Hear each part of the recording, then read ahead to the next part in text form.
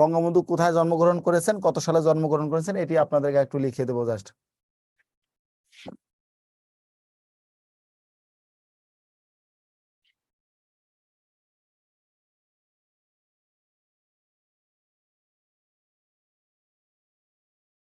বঙ্গবন্ধু শেখ মুজিবুর রহমান, জাতির জনক বঙ্গবন্ধু শেখ মুজিবুর রহমান। হ্যাঁ, নাম কি? শেখ মুজিব, নাম হচ্ছে শেখ মুজিবুর রহমান, তাই না?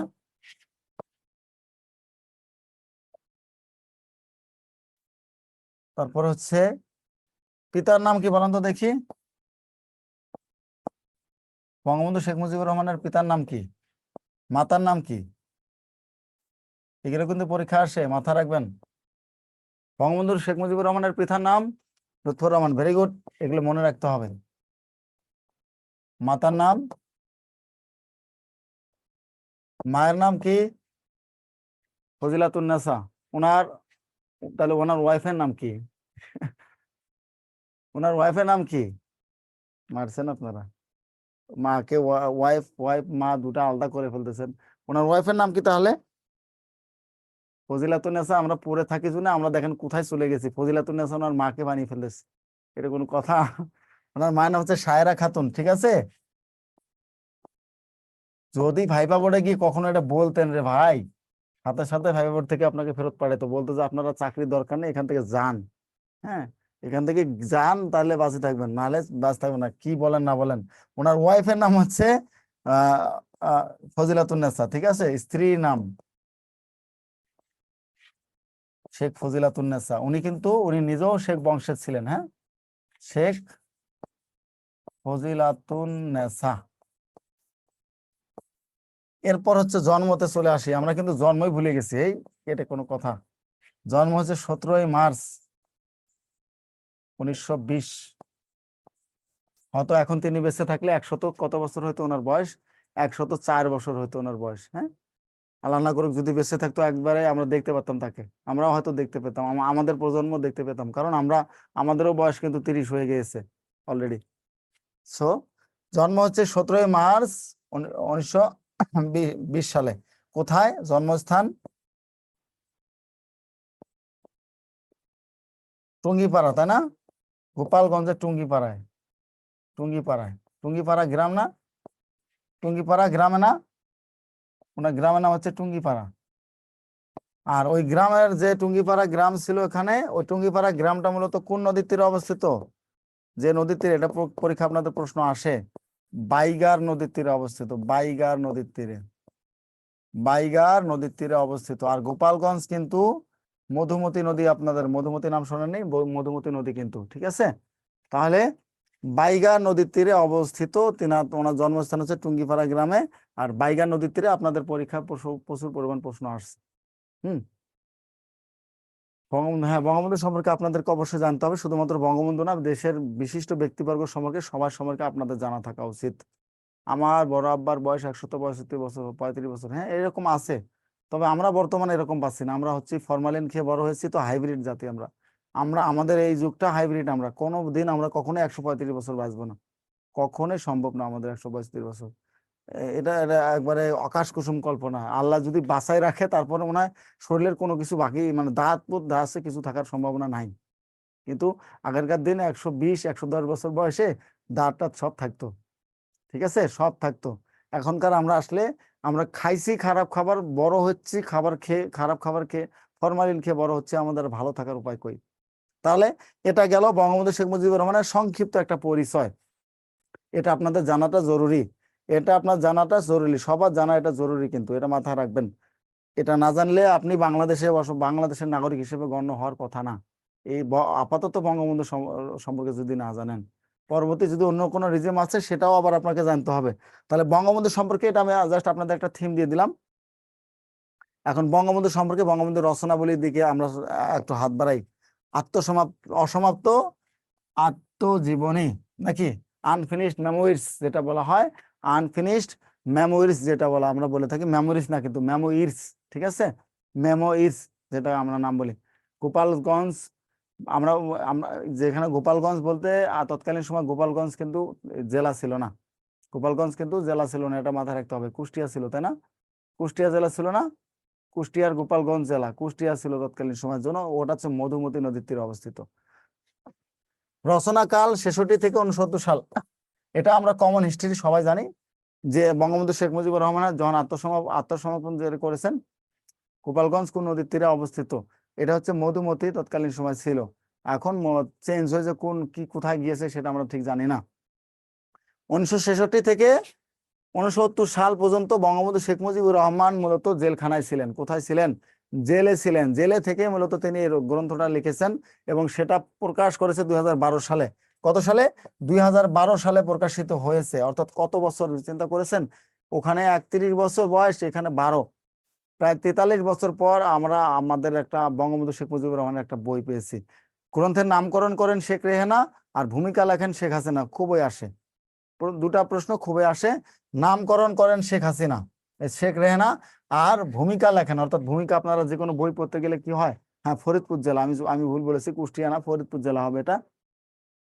এটা হচ্ছে শেখ রেহানা, শেখ হাসিনা। নামকরণ করেন শেখ রেহানা, অর্থাৎ যে নাম হবে অসমাপ্ত আত্মজীবনী তিনি করেছেন, এবং ভূমিকা অর্থাৎ বইয়ের প্রথম পেজে যে একটা লেখা থাকে, এই লেখাটা লেখেন শেখ হাসিনা। অর্থাৎ দুই মেয়ে কিন্তু সব করেন মূলত। আর প্রচ্ছদ লেখেন কে? সমর মজুমদার। প্রচ্ছদ কে লেখেন? সমর মজুমদার। এই তিনটা জিনিস আপনাদেরকে কিন্তু মনে রাখতে হবে। এই তিনটা জিনিস বেশি আসে, শুধুমাত্র রিটেন বা প্রিলিতে না, ভাইবা বোর্ডেও আপনাদেরকে জিজ্ঞাসা করতে পারে। সুতরাং বঙ্গবন্ধু সম্পর্কে আপনাদের এই জিনিসগুলো একেবারে A to Z মনে রাখতে হবে, A to Z মনে রাখতে হবে। প্রকাশক, এই যে এটা প্রশ্ন আপনাদের আসছিল পরীক্ষায়, অসমাপ্ত আত্মজীবনী কোন প্রকাশকে বা কোন প্রকাশনী থেকে করা হয়েছিল? এটা হচ্ছে the university press limited. The university press limited. এটা দেখেন বাংলাদেশে কিন্তু কোনো নামে না, এটা আপনাদের ওখানে 3-4টা নাম দিয়ে দিল বঙ্গবন্ধু রিলেটেড, দেওয়ার পর এটা দিল, আপনারা কিন্তু গোলাই ফেলতে পারেন যে এটা আবার কি, ইউনিভার্সিটি প্রেস লিমিটেড তো ইংলিশ নাম, এটা আসার কোনো কথাই না। সুতরাং এটাই কিন্তু হচ্ছে আবার মূল। দ্য ইউনিভার্সিটি প্রেস লিমিটেড হচ্ছে প্রকাশক, যে বঙ্গবন্ধুর এটা প্রকাশ করেছে, এটা হচ্ছে প্রকাশক হচ্ছে ইউনিভার্সিটি প্রেস লিমিটেড। আর প্রথম লাইন, বন্ধু বান্ধবরা বলে তোমার জীবনী লেখো, ঠিক আছে, এটা হচ্ছে প্রথম লাইন। পড়েছি আমি বইটা, ভালোই লাগছে আমার কাছে, খারাপ না। আসলে ওই সময়ের মধ্যে এরকম বই লেখা সো টাফ। এমনি জেলখানায় থেকে মানে দিন যাচ্ছে না, তার উপর আবার বই, হ্যাঁ এটা তো আকাশ কুসুম কল্পনা। আমরা হলে তো আর বই লেখা দূরের কথা, ওখানে ঘুমিয়ে ঘুমিয়ে রবীন্দ্রনাথ হয়ে যেতাম, সবকিছু একবার চুল দাড়ি দিয়ে হয়ে যেত, আর লেখা তো দূরের কথা। তাহলে বন্ধু বান্ধবরা বলে তোমার জীবনী লেখো, খুবই সুন্দর একটা কিন্তু কথা। আর শেষ লাইন লিখেছে তাতেই আমাদের হয়ে গেল, তার মানে উনি শেষ লাইন কিন্তু ওনার ওয়াইফকে নিয়ে লিখেছিলেন, ঠিক আছে। সো ওনার ওয়াইফও ওনার জীবনের একটা বড় অংশ জুড়ে ছিলেন, বৃহৎ একটা জায়গা জুড়ে ছিলেন ওনার ওয়াইফ। অর্থাৎ আপনার কে সেটা? আপনারা তো অনেকে কি বলেছেন, ভিন্ন নাম বলেছেন, ফজিলাতুন্নেসা, তাই না? ফজিলাতুন্নেসা ওনার জীবনের একটা বড় অংশ জুড়ে ছিলেন। মাত্র 13 বছর বয়সে তিনি বিয়ে করেছেন ফজিলাতুন্নেসাকে। আর তার বয়স কত ছিল ফজিলাতুন্নেসা তখন? 9 বছর না 13 বছর? কত বছর বয়স ছিলেন ফজিলাতুন্নেসার আপনারা জানেন কি? পড়লে বইটা পড়বেন, সবাই পড়বেন, মানে কিউরিসিটি থেকেও পড়া উচিত বইটা আপনাদের সবার। এরপর হচ্ছে বঙ্গবন্ধুর যে গ্রন্থের বিষয়বস্তু কি কি ছিল: যুক্তফল নির্বাচন, শৈশবকাল, কৈশোরকাল, ছাত্র জীবন, দেশভাগ, মূলত পুরোটা মিলে বঙ্গবন্ধু চেয়েছেন বইটাতে ফুটিয়ে তোলার জন্য। আমি আসলে নিজে পড়ে অবাক হয়েছি যে তিনি কিভাবে এটা লিখেছেন। ফজিলাতুন্নেসা এতগুলো বাচ্চা কাচ্চা সামলিয়েছিলেন যখন বঙ্গবন্ধু জেলে ছিলেন, ভেরি গুড। এই জন্য ফজিলাতুন্নেসা তার জীবনের জন্য একটা বৃহৎ পাঠ হিসেবে ছিলেন।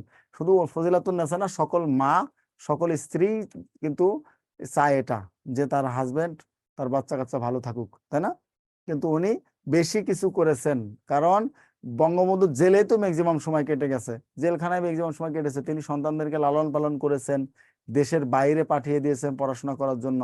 সো এটা অনেক বড় একটা কাজ করেছেন ফজিলাতুন্নেসা। তাহলে এখান থেকে এই ব্যাপারগুলো নিয়ে নেবেন দাগায় আপনারা, এই প্রত্যেকটা ব্যাপারে আপনাদের জন্য গুরুত্বপূর্ণ।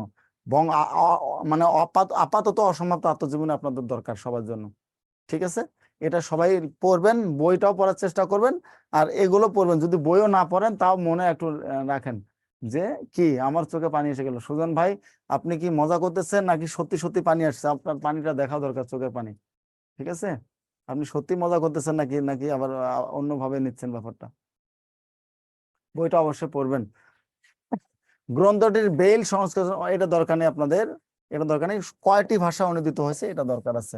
কয়টি ভাষা হয়েছে? 17টি ভাষা। আরো কি হয়েছে নাকি? আমার মনে হয় তো পরে আরো কয়েকটা ভাষা হওয়ার কথা। এটা 2022 সাল পর্যন্ত বইটি অনুদিত হয়েছে 17টি ভাষায়। 23 সাল চলে গেছে, 24 সাল চলে গেছে, আরো মনে হয় কয়েকটা হওয়ার কথা। আমি ঠিক আপডেট হয়নি এখন পর্যন্ত। আমাকে আপডেট দিতে হবে। আমি এটা বই পড়েছি কিন্তু অনুদিত ব্যাপারটা আর আমি বেশিরভাগ পড়িনি, সুতরাং আপডেট দিতে হবে। এখন 20টি হয়েছে, তাই তো? যাই হোক, যারা বলেছেন তাদেরকে ধন্যবাদ। এখন 20টি ভাষায় বইটিকে অনুদিত করা হয়েছে, বা বইটিকে অন্য ভাষায় 20টি ভাষায় লেখা হয়েছে। এটা আপনারা আপডেট মনে রাখেন, ঠিক আছে? এটা আপডেট মনে রাখেন। আবার আমাদের তো জিআই পণ্যের মতো অবস্থা। আমাদের জিআই পণ্য তো জানেন আপনারা, প্রত্যেকদিন একটা করে জিআই পণ্য হচ্ছে, তাই না? প্রত্যেকদিন একটা করে হচ্ছে। আমরা আসলে মনে রাখতে পারছি না যে কয়টা জিআই পণ্য হতে পারে সামনে। একেবারে মনে হচ্ছে বাংলাদেশের সব পণ্য জিআই পণ্যের অধিকারী হয়ে যাবে খুব শীঘ্রই। তাহলে 31টা জিআই পণ্য অলরেডি হয়ে গেছে, কয়েকদিনের মধ্যে 10টা বেড়ে গেল, 1 মাসের মধ্যে 10টা বেড়ে গেছে। এগুলো কি হচ্ছে আমি বুঝতেছি না। এরকম করে হলে কিন্তু জিনিসের ভ্যালু থাকে না, ঠিক আছে? এরকম করে হলে জিনিসের ভ্যালু থাকে না। বইটির ইংরেজি অনুবাদক হচ্ছে ফখরুল আলম, ডক্টর ফখরুল আলম হচ্ছে বইটির ইংরেজি অনুবাদক। ইংরেজি অনুদিত শিরোনাম ছিল দ্য আনফিনিশড মেমোরিজ। মেমোরিজ না, আমরা কিন্তু ভুল করি এই জায়গায়, আপনাদের পরীক্ষায় অনেক সময় কনফিউশন ধরে দেয়। মেমোরিজ এবং মেমোরিজ জিনিসটা আলাদা। মেমোরিজ, ঠিক আছে, আর হচ্ছে মেমোরিজ, এটা কিন্তু ভুল করতে পারেন আপনারা। হ্যাঁ, টাকার মতো হবে, টাকার মতো বলতে ঠিক বুঝিনি। মেমোরিজ এবং মেমোরিজ দুটো জিনিস কিন্তু আলাদা, এটা মাথায় রাখবেন, ভুল যেন না হয়। পরীক্ষার হলে কনফিউশনে পড়ে কমন পেয়েছেন, এই উত্তেজনায় কিন্তু মেমোরিজ দিয়ে ফেলতে পারেন। সুতরাং ওখানে গিয়েও ভুল করে দেখবেন যে দুইটা আছে কিনা, ঠিক আছে? ওখানে গিয়েও দেখবেন যে দুইটা থাকতে পারে কিনা। তাহলে এখান থেকে এটা পড়ে নেবেন, কতটি ভাষা, আর ইংরেজি অনুবাদ করে কে? ফখরুল আলম। অসমাপ্ত আত্মজীবনী গ্রন্থকে ভিত্তি করে নির্মিতব্য পূর্ণদৈর্ঘ্য চলচ্চিত্র, এটা খুবই গুরুত্বপূর্ণ। চিরঞ্জীব মুজিব, যার জন্য আমরা মানে কি পাচ্ছি, অনেক জমি জমা পাচ্ছি, ফ্ল্যাট পাচ্ছি, প্লট পাচ্ছি, 1 টাকায় আমরা সব স্বাক্ষর করে নিচ্ছি, তাই না? তো এটা আসলে ট্রল করার বিষয় না যদিও, তবে এটা বেশি করে ফেলছে, এটা বেশি করে ফেলছে। যে আপনি কয় টাকা নিয়েছেন সেটা তো কথা না, আপনি 1 টাকা নিয়েছেন ঠিক আছে, কিন্তু ছবিটা বিক্রি করে যেগুলো হয়েছে ওগুলো কি আপনি পান নাই? অবশ্যই পাইছেন। কিন্তু এখানে একটু আমরা কি আমাদের সবচেয়ে সম্মানের জায়গাটাকে একটু হলেও আমরা ছোট করে ফেলেছি এই একটা কারণের জন্য। এই যে এখন নতুন করে আবার মনে করেন অনেক অভিনেত্রী আসতেছে, শেখ মুজিবুরের কি কি আছে সবগুলো বের করতেছে, করে মুভি বানাবে তারা, ওই যে প্লটের আশায়, ঠিক আছে? সো এটা কেমন হলো না ব্যাপারটা? মানে যে আপনি যদি আওয়ামী লীগ বা এই সরকারকেও সাপোর্ট করেন, সেক্ষেত্রেও আপনার কাছে খারাপ লাগার মতো একটা ব্যাপার এটা, যে আমি কেন এটাতে এইভাবে নিচ্ছি, ব্যাপারটাকে এইভাবে নেওয়ার কোনো কারণ নাই। কেননা একটা ব্যাপারকে যত বেশি আপনি ট্রল করবেন, তত বেশি এটা নিয়ে খারাপ একটা ইমেজ তৈরি হয়ে যাবে। আমাদের বঙ্গবন্ধুর জায়গাটা বঙ্গবন্ধুতে রাখা উচিত ছিল। এই যে আরফিন শুভ বা হ্যান এনাদেরকে বঙ্গবন্ধু বানিয়ে আমরা তাকে কি করেছি, আলটিমেটলি তাকে ছোট করা হয়েছে। তার মতো কেউ হতে পারবে না কখনোই। প্লট বরাদ্দ পেয়েছে স্যার আরফিন শুভ, হ্যাঁ আমি সেটাই বলতেছিলাম। তাহলে চিরঞ্জীব মুজিব হচ্ছে কি, ভিত্তি করে আত্মজীবনীর উপর ভিত্তি করে। চিরঞ্জীব মুজিব চলচ্চিত্রের পরিচালক হচ্ছে নজরুল ইসলাম। কে? নজরুল ইসলাম হচ্ছে চিরঞ্জীব মুজিব চলচ্চিত্রের পরিচালক। আর অসমাপ্ত আত্মজীবনী, হ্যাঁ রুবেল ভাই। জি স্যার একবার ফাঁকে দেখতো স্যার কথা কইলাই। জি জি কয়ালান, সমস্যা নেই। স্যার এই এমবি কিনতে কিনতে স্যার ফকির হয়ে গেছি বুঝছেন। কোন যে ভিডিও ক্লাস গুলা এই মানে ডাউনলোড করার মতো সিস্টেম করে দেন স্যার, মনে হয় প্রায় 900 টাকার মতো স্যার এমবি শেষ। আবার স্যার লেকচার শিটটা স্যার কিনতে পারি নাই, 1200 টাকার লেকচার শিট, এত টাকা স্যার ধরে। আর স্যার একটু কমায় বলেন, দিত 300 টাকার মধ্যে আনলে হয় না? লেকচার শিট জি স্যার। এত কমে কিভাবে সম্ভব হয়? 1200 টাকা থেকে 300 টাকা, আপনাকে তো 75% একটা ছাড় দিতে হচ্ছে, কেমনে সম্ভব বলেন তো? আচ্ছা স্যার, এটা যদি নাই করেন তাহলে আমাদের ভিডিও গুলা স্যার যাতে একবার দেখলে যাতে আর যাতে স্যার এমবি খরচ না হয় এরকম একটা আচ্ছা ব্যবস্থা আচ্ছা করে। ঠিক আছে। এরকম ব্যবস্থা তো আসলে অ্যাপসে করা সম্ভব না, তবে আমাদের ওয়েবসাইটে ডেভেলপমেন্ট হচ্ছে। আশা রাখি যদি এরকম সিস্টেম থাকে আমরা যোগ করার চেষ্টা করবো। আপনার কথাটা খুবই গুরুত্বপূর্ণ, কারণ আসলে ফিনান্সিয়াল অ্যাবিলিটি সব সেম থাকে না। এক্ষেত্রে আপনি যদি মাসিক 900 টাকার এমবি খরচ করেন, আবার এদিকে কি বললেন আরো কোথায় জানি লেকচার শিট 1200, 2100 টাকা 1200 আপনার টাকা। অলরেডি চলে গেছে। যদি চাকরি পান তো পাইবেন, না পাইলে কিন্তু সমস্যায় পড়ে যাবেন।